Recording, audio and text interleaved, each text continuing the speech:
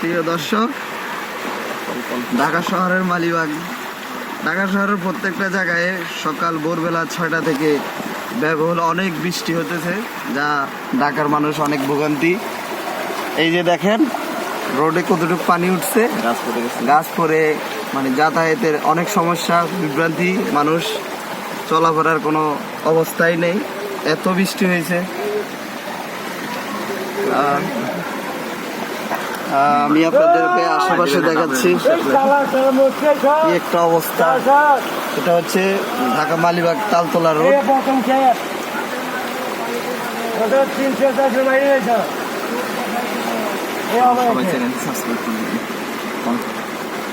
এরকম আরো অনেক কিছু দেখতে হলে আমাদের চ্যানেলের সাথে থাকুন, সবাই এই সাবস্ক্রাইব করে দিবেন আমাদের ইউটিউব চ্যানেলটাকে। ধন্যবাদ, সবাই ভালো থাকুন, সুস্থ থাকুন, আসসালামু আলাইকুম।